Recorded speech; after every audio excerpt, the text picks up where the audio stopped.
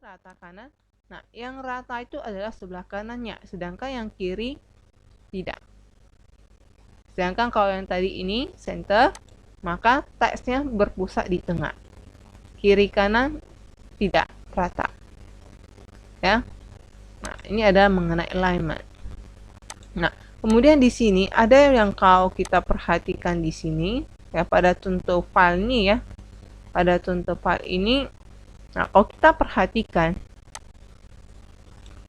ya, ini ada jarak ya, jarak antara teks di sini ya, antara dua ini dengan yang di sini berbeda.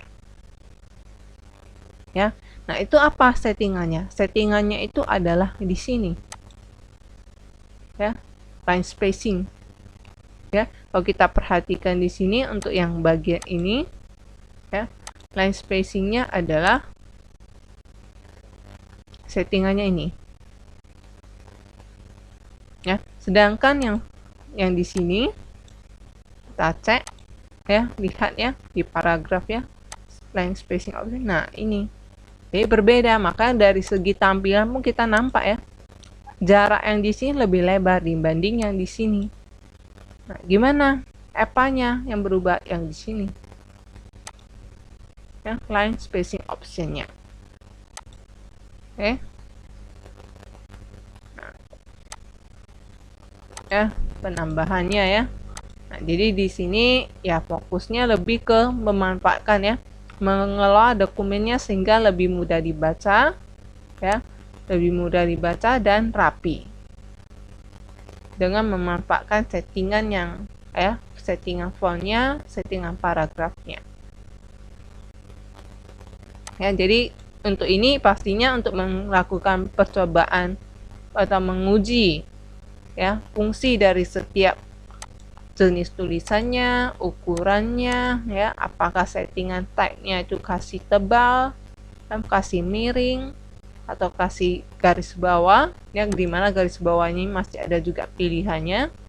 Nah, itu pastinya harus ada dokumennya dulu, harus ada teks yang ingin dibuat, yang ingin dibentuk sehingga menghasilkan tampilan seperti yang diinginkan ya. Jadi tidak semua yang settingan di sini digunakan ya, semuanya sesuai dengan kebutuhan. Oke ya, perataannya apakah perlu numbering? Nah, contohnya ini. Nah, disinilah kita menerapkan numbering. Ya, nampak ya, begitu klik ini otomatis terseleksi. Ini ada yang menerapkan numbering dan di sini aktif numberingnya. Nah, gimana cara menerapkannya? Ya, bisa banyak cara ya. Misalkan nih, kita mau menghilangkan numberingnya. Ya, langsung aja pilih none. Kita ingin kembali menentukan numberingnya, ya silakan dipilih numbering yang mana, jenis mana yang ingin Anda pakai.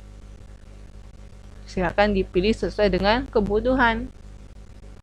Ya, contohnya saya maunya yang ini. Ada pilih ini. Maunya yang ini, ada pilih ini. Nah, dia otomatis. Dan otomatis begitu kita menerapkan numbering, dia akan mengalami namanya indent. Tak indent. Jadi kalau misalnya kita mau penulisannya ini tetaplah dari ujungnya ini ya, marginnya paling kiri ya, kita bisa lakukan ini decrease indent ya. Kalau mau menambahkan semakin menjorok ke dalam ya, tambahkan pilih yang namanya increase indent. Atau secara manual kita bisa menggerakkan yang tanda ini ya, first line indent, hanging indent, atau left indent. Jadi bedanya kalau kita geser yang namanya ini first line indent, efeknya apa? Kita langsung nampak. Nah, ini yang bergeser itu adalah numberingnya, sedangkan teksnya tetap ya. Jadi first line indent itu mengatur posisi dari numberingnya. Oke ya, kita lekatkan di sana. Sedangkan kita tes lagi yang kedua, hanging indent. Oke, kita geser lagi. Nah, yang bergeser itu adalah teksnya. Nah, berarti hanging indent berfungsi untuk mengontrol posisi letak dari teks yang menerapkan numbering. bullet atau numbering yang berlaku ya, ini sama ya. Kalau bullet kan bedanya di sini pakai simbol ya, pakai simbol ya, bisa juga ya. Nah, simbol, nah sama ya. Nah, kita atur. Nah, yang berubah apa? Nah, itu yang kedua. Sedangkan yang ketiga, nah ini ada yang namanya left indent. Kita klik ya, yang segi 4 ini ya, kita klik kemudian geser. Nah, yang bergerak itu ada dua-duanya, bullet atau numberingnya dan juga teksnya.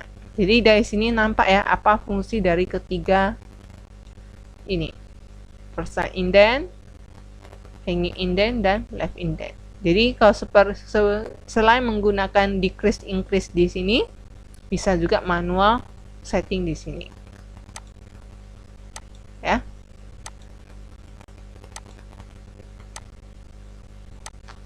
Oke, itu pengenalan untuk yang ini ya. Untuk pengenalan yang ini, first line, untuk margin ya, pengaturan margin. Nah, kemudian ada juga yang tadi kan ada left indent ya, ada juga pada sisi kanan itu yang namanya right indent. Inilah yang mengatur rataan sebelah kanan ya, rataan sebelah kanan bisa kita geser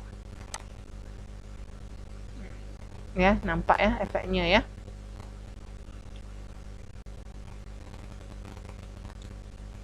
Oke. Ya, nah ini contohnya penggunaan nih ya, numbering. Kalau yang satu ini adalah penomoran numbering yang bertingkat. Kalau di sini kita pada contoh ini hanya satu tingkatan.